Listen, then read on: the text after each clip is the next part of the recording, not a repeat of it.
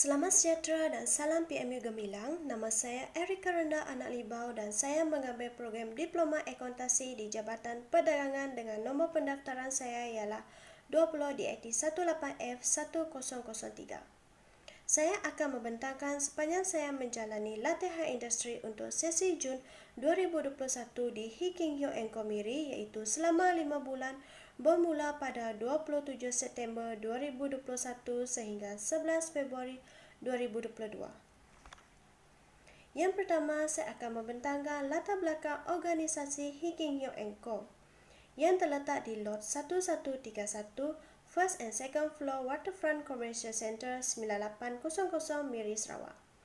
Hiking Hyo Co mempunyai 2 Managing Director dan lebih daripada 18 staf. Waktu bekerjanya ialah pula dari jam 8 pagi sehingga 12 tengah hari dan berehat selama 1 jam setengah. Disambung semula pada pukul 1:30 petang sehingga 5 petang setiap hari Isnin sehingga Jumaat kecuali pada cuti umum. Hiking Hyo Co telah bersama dengan City Corporate Advisory Sdn Bhd dan Securitex Management Services Sdn Bhd. Sehingga pada masa ini, kegiatan utama City Corporate Advisory Miri adalah untuk urusan kesetiausaha, manakala Securitex Management Services Sdn Bhd pula berkaitan dengan urusan percukaian. Hiking Hyo Co telah ditubuhkan pada tahun 1976 oleh pengasasnya iaitu Dato' Paduka Dr. Hiking Hyo. Firma audit yang pertama ditubuhkan adalah di Sibu yang terletak di Tangga Kedua Lorong 2 Jalan Tunku Usman 9600 Sibu, Sarawak.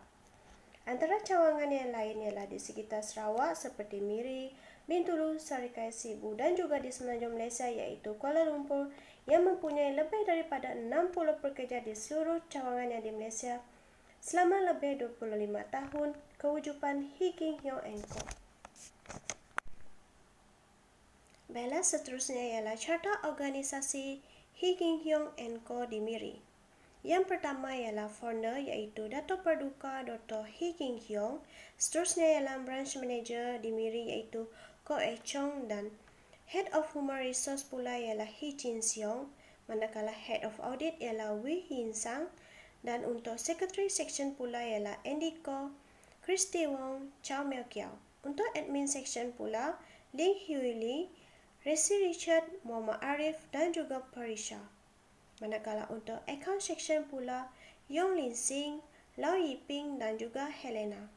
Untuk Audit Section pula ialah Ko Hee King, Ko Chung Yi, Wong Sing Yi, Pui Hui Teng, Sonia Wun Yi Weng dan Clairang Cordilla dan juga Dayang. Manakala untuk Tax Section pula ialah Angela Siu, Yot Ting dan Jong Zi. Baiklah, seterusnya ialah visi dan misi organisasi Hiking Hyo Co. Untuk misi ialah dengan memberikan perkhidmatan terbaik dengan Golden Team. Oleh itu, syarikat akan meningkatkan pengetahuan dan kemahiran kaki tangan dari masa ke semasa dengan memberikan amalan terbaik untuk kaki tangan agar dapat memberikan perkhidmatan yang terbaik kepada pelanggan. Untuk misi pula ialah memberikan nilai yang terbaik kepada pelanggan terhadap persekitaran perkhidmatan yang terbaik dan audit services yang cemerlang serta memperhatikan perubahan di pasaran sebagai peluang untuk berkembang dan meningkatkan keterampilan kemahiran dalam audit services bagi memuaskan keperluan pelanggan. Seterusnya ialah aktiviti organisasi Hiking Hyo Co. Aktiviti utama yang dijalankan dalam Hiking Hyo Co adalah penyediaan accounting, auditing dan bookkeeping, konsultansi, perkhidmatan profesional yang biasanya ditawarkan di setiap firma audit. Hiking Hyo Co memenuhi segala syarat accounting standard dan prinsip umum perakaunan diterima dalam pemeliharaan rekod perakaunan dan penyediaan financial statement dan report. Hiking Hyo Co telah mematuhi piawan perakaunan yang diluluskan dan prinsip perakaunan yang diterima umum dalam penyelenggaraan rekod perakaunan dan penyediaan penyata dan laporan kewangan. Segala maklumat yang didedahkan oleh Hiking Hyo Co adalah sesuai dengan amalan di bawah Approved Accounting Standard and Companies Act 1965. He King Hyong Co merancang dan melaksanakan audit untuk memperoleh jaminan yang munasabah atas financial statement yang bebas daripada kesalahan ketara dan nyata. Audit juga merangkumi pemeriksaan teks basis bukti yang sah dan pendedahan secara penuh di penyata kewangan. Antara tugasan yang saya jalankan sepanjang saya menjalani latihan industri ialah tugasan pertama ialah watching. Watching ialah pemeriksaan urus niaga syarikat dengan memeriksa dokumen, rekod atau bukti-bukti lain yang mempunyai kesahihan yang mencukupi untuk memenuhi pertimbangan juri audit bahawa urus niaga tersebut betul dan juga tepat.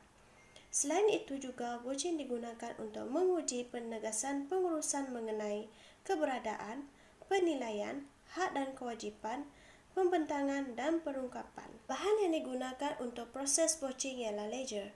Ledger merupakan bahan utama semasa melakukan proses watching kerana tanpa ledger, proses watching tidak dapat dijalankan. Selalunya, ledger akan disediakan oleh akuntansi yang ditugaskan oleh syarikat yang diaudit. Hal ini kerana setiap transaksi yang dijalankan oleh syarikat akan dimasukkan dalam kategori-kategori yang ditetapkan dengan prinsip-prinsip akaun yang dipelajari mengikut undang-undang di Malaysia. Berikut merupakan contoh ledger. Yang pertama, trial balance, balance sheet, profit and loss, general ledger, creditor ledger dan debtor ledger. Berikut merupakan proses semasa melakukan watching. Yang pertama ialah listing. Sebelum memulakan proses watching, senior audit akan menerangkan satu-satu maklumat yang mereka inginkan untuk di-watching. Biasanya, mereka akan menunjukkan ledger yang perlu sahaja. Hal ini demikian kerana tidak semua ledger yang akan di-watching. Setiap pemilihan ledger bergantung kepada transaksi yang berlaku pada tahun bila syarikat itu diaudit. Kemudian, jika syarikat tersebut memerlukan banyak transaksi untuk di-watching, maka proses listing perlu dijalankan supaya memudahkan proses mencari maklumat ketika watching. Dalam proses listing, sebagai contoh, saya akan menyediakan senarai nombor dokumen sokongan yang perlu termasuk dengan nama kreditor dan juga debtor. Setelah itu, saya akan memulakan proses watching. Semasa proses watching, saya perlu menyemak dan melihat dengan teliti nama syarikat, transaksi, nilai yang dicatatkan, nombor rujukan dokumen dan nama syarikat yang berkaitan dengan membuat pembayaran atau memberi pembayaran. Tugasan saya seterusnya ialah mengaudit syarikat. Audit merupakan satu fungsi bebas yang memberi kepastian dan khidmat perundingan secara objektif untuk menambah nilai dan meningkatkan tahap operasi sesebuah organisasi. Objektif audit adalah untuk membantu sesebuah organisasi mencapai matlamatnya melalui pendekatan yang sistematik dan berdisiplin untuk menilai dan memperbaiki keberkesanan kawalan, pengurusan risiko dan juga proses tadbir urus. Baiklah, seterusnya ialah proses semasa saya mengaudit syarikat. Yang pertama, saya akan mendapatkan fail audit syarikat di rak yang telah disediakan. Seterusnya, saya akan mendapatkan account management klien. Kemudian, saya akan mendapatkan maklumat dari tahun lepas dan menukarkan nilai dan tahun dari tahun lepas kepada tahun semasa. Seterusnya, saya akan melakukan proses watching di mana saya akan watching setiap account management yang telah diberikan. Seterusnya, saya akan menukarkan nilai dan tahun laporan audit dari tahun lepas kepada tahun semasa mengikut kertas kerja audit. Seterusnya, saya akan memasukkan nilai di dalam Superior Tax Competition dan last sekali saya akan menghantar segala kertas kerja dan laporan audit kepada senior audit dan audit eksekutif untuk disemak.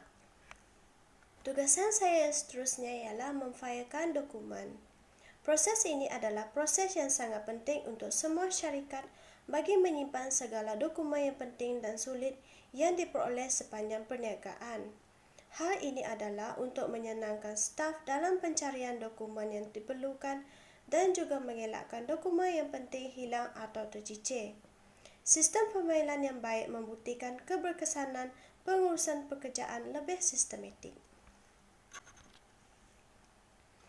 Langkah pertama dalam pemfailan ialah saya akan menyusun semua invoice dan segala resip pembelanjaan syarikat mengikut tarikh, bulan dan juga tahun. Seterusnya, saya akan membuat section iaitu partition mengikut tahun syarikat itu. Seterusnya, saya akan memasukkan semua invoice dan resit ke dalam fail mengikut susunan bermula daripada Disember ke Januari. Tugasan saya yang keempat ialah proses penyediaan voucher pembayaran, iaitu payment voucher. Voucher pembayaran adalah borang yang merangkumi semua dokumen sokongan yang menunjukkan pembayaran syarikat kepada pembekal atau vendor. Voucher pembayaran akan dibuka apabila syarikat tersebut mengeluarkan wang untuk tujuan pembayaran, tidak kisah menggunakan transaksi wang tunai atau transaksi debit, kad ataupun kredit. Langkah pertama dalam penyediaan voucher pembayaran ialah sebelum saya membuat payment voucher untuk syarikat, saya akan menyusun semua invoice syarikat dahulu bagi memudahkan saya untuk mengisi voucher pembayaran. Saya akan menyusun invoice belian purchases mengikut susunan nama syarikat diikuti dengan tarikh dan bulan transaksi itu berlaku. Bagi invoice belanja iaitu expenses, saya akan menyusun invoice tersebut mengikut akaun-akaun yang sesuai sebagai contoh repair and maintenance, bil elektrik, air, fuel dan oil dan juga sebagainya. Seterusnya, saya akan photostat resit pembelanjaan sebagai bukti jika resit sebenar tidak jelas ataupun hilang. Kemudian, saya akan merekod segala resit dan invoice ke dalam satu payment voucher mengikut bulan dan juga tarikh. Akhir sekali ialah cadangan dan kesimpulan. Cadangan saya kepada pihak prima Hee King Hyong & Co ialah setiap pekerja haruslah mempunyai sebuah komputer yang lengkap dengan semua sistem supaya urusan pekerjaan berjalan dengan lebih lancar. Seterusnya, memperbanyakkan lagi rak penyimpanan fail agar fail yang disimpan menjadi lebih teratur. Seterusnya, pihak firma Hee King Hyong & Co haruslah menyediakan perancangan tugas yang teratur. Hal ini kerana perancangan tugas yang teratur di firma dapat mengekalkan kecekapan bekerja. Oleh itu, skop yang diberikan kepada pelajar ada sesuai dengan kemampuan mereka sendiri. Hal ini kerana banyak lagi benda yang harus dipelajari oleh pelajar itu sendiri walaupun tidak secara mendalam. Oleh yang demikian, saya mencadangkan agar pihak prima membuat perancangan kerja yang lebih awal agar dapat melatih pelajar untuk lebih memahami skop pekerjaan yang mereka jalani. Walaupun skop kerja yang dilakukan tidak meluas, namun pemahaman mereka terhadap kerja yang dilakukan dapat difahami dengan mudah. Kesimpulan yang saya dapat selama saya menjalani latihan industri di Hee King Hyong & Co ialah saya dapat mempraktikkan apa yang saya pelajar semasa di Politeknik Muka ke suasana kerja yang sebenar. Saya juga dapat mendidik diri sendiri agar lebih sentiasa merasa yakin dalam melakukan tugasan yang diberikan dan dalam berkomunikasi dengan pegawai atasan. Saya juga belajar bagaimana cara untuk menepati masa dengan memikul tanggungjawab. Dalam menyiapkan kerja yang diberikan haruslah tepat pada masanya. Baiklah, itu saja pembentangan latihan industri saya selama 20 minggu di Hee King Hyong & Co. Yang baik datang daripada Tuhan dan yang buruk datang daripada saya sendiri. Sekian, terima kasih dan salam PMU Gemilang.